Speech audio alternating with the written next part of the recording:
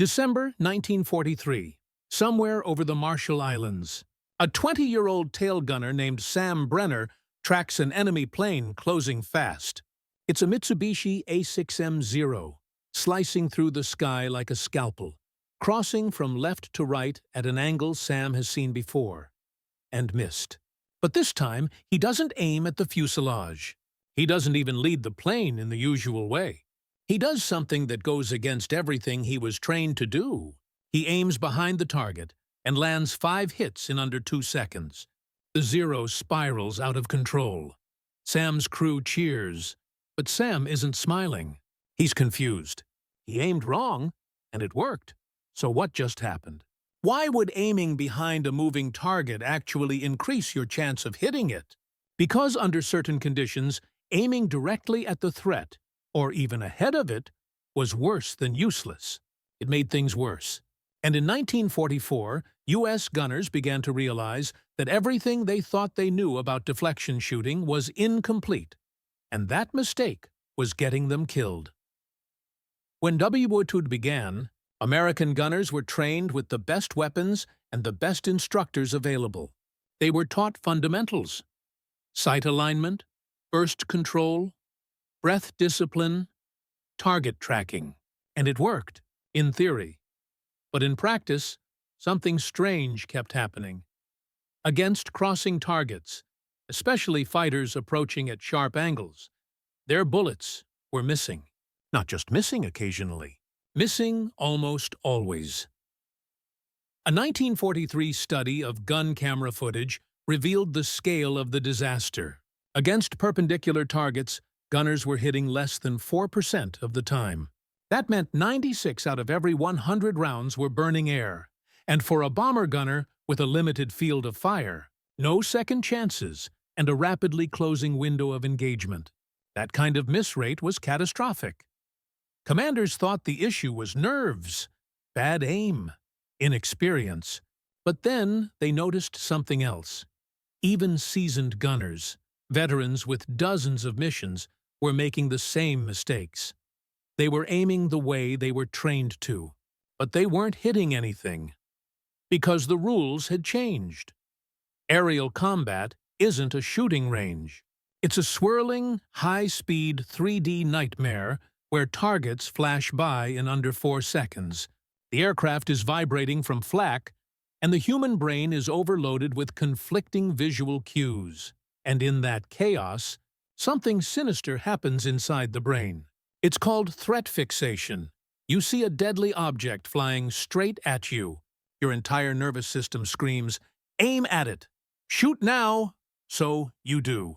And you miss, the bullets trail behind. Again and again. Even worse, as the enemy closes in and stress spikes, gunners unconsciously reduce their lead.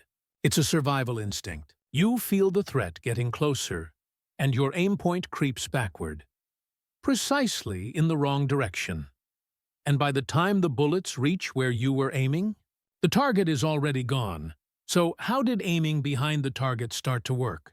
Because under certain combat conditions, especially with fast-crossing targets, what looked like behind was actually on target. Here's why. When a gunner tracks a fighter moving across his view, his own motion creates angular velocity. But the gun isn't rotating fast enough to keep up with the fighters. Lateral movement, especially with manual turrets or wasty guns, that introduces something called tracking.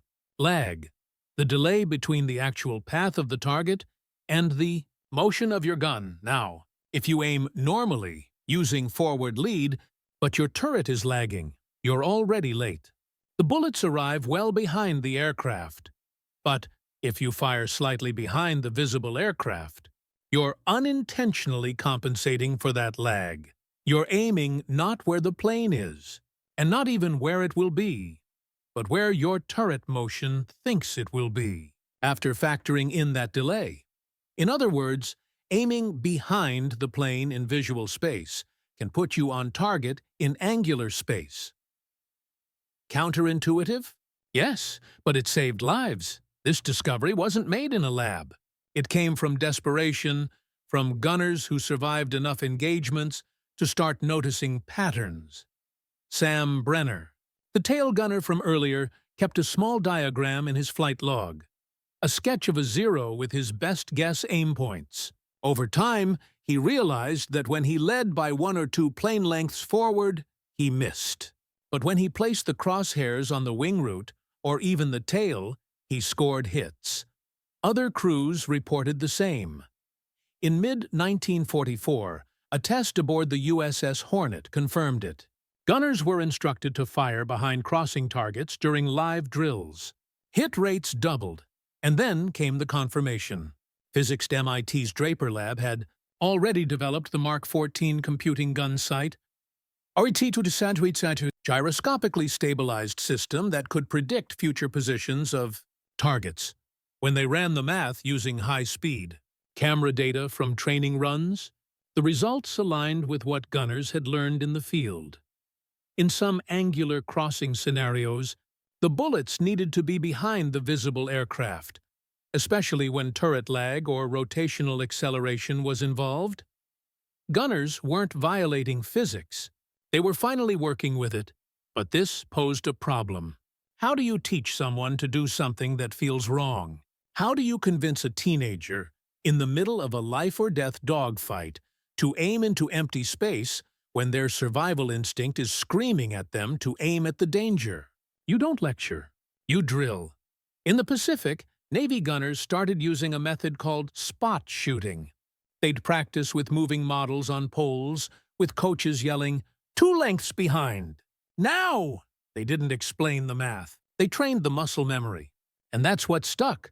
The brain stopped aiming. The hands took over. This training worked because it offloaded decision-making to the subconscious, bypassing the slow, overloaded parts of the brain, the same way a baseball outfielder tracks a fly ball, not by solving equations, but by moving based on instinct refined by repetition. By August 1944, Army Air Forces began issuing updated gunnery manuals with revised diagrams. Instead of asking gunners to measure lead in feet, they now taught in relative lengths. 2 plane lengths, 3 wingspans, half a fuselage. They spoke the language gunners understood. What they saw, not what they calculated. And the results were immediate. Bomb groups that implemented this training saw 20 to 30% higher hit rates within weeks. Mission survival rates improved. Enemy fighters began getting shot down before they could line up for a second pass. The skies didn't get safer, but U.S. gunners finally got more lethal. Even the Germans noticed. Luftwaffe pilots began reporting that American bombers were now returning fire with terrifying precision. Shots landing earlier in the pass, bursts stitched across their wings before they could even fire. What changed wasn't the weapons. It was the instincts of the men holding them, and it came at a steep cost. Training time had to double. Ammunition for live drills had to be tripled. But commanders finally understood. Gunners weren't missing because they were weak. They were missing because they were human, and human brains have limits. Limits that can only be bypassed through training that's uncomfortable, counterintuitive, and repetitive. Training that forces you to fire at what feels like the wrong place, until it starts to feel right. Today, gunners are long gone, but the principle remains. The Phalanx CIWS, a modern automated gun system mounted on U.S. Navy ships, fires 4,500 rounds per minute at incoming missiles. It doesn't aim at where the missile is. It aims at where it will be, making thousands of deflection calculations every second. Guided missiles, fighter radars, and AI-powered drones all work from the same rule. Predict motion. Lead the target. Never trust where it appears to be. And yet, every year, new fighter pilots still train in guns-only engagements. Not because they expect to use them often, but because learning to track and lead builds cognitive muscles that no missile can replace. Because at the heart of every gunfight, whether it's a 0 over the Pacific, a MiG over Vietnam, or a virtual dogfight in War Thunder, There's one truth. To hit a moving target, you must defy your instinct. You must aim not at what you see, but at what you know, even if that means aiming behind. If this story made you rethink how we train, fight, or even think under pressure, hit that like button. And if you want more deep dive stories like this, the ones that reveal the hidden mechanics behind history, make sure to subscribe. Because sometimes, survival depends on unlearning instinct, and that's a lesson worth remembering.